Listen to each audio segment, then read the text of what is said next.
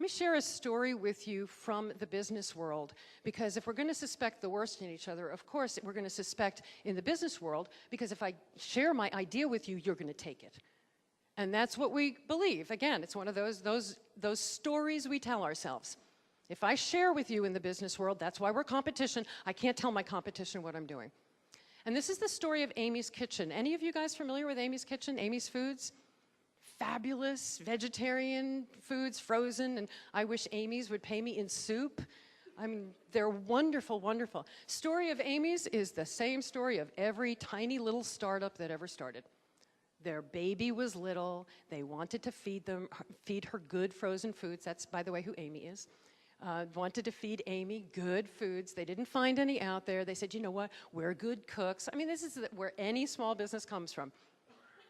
They didn't know anything about production. They didn't know anything about how you freeze the stuff. They didn't know how you get it from one coast to the other.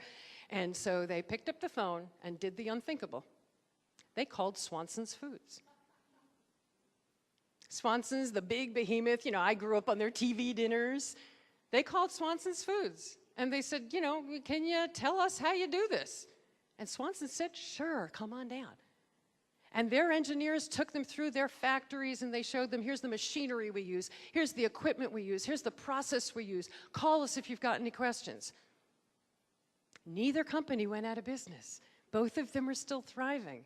What can we accomplish together? Who else cares about this? We don't have to suspect the worst in each other. We can bring out the best in each other.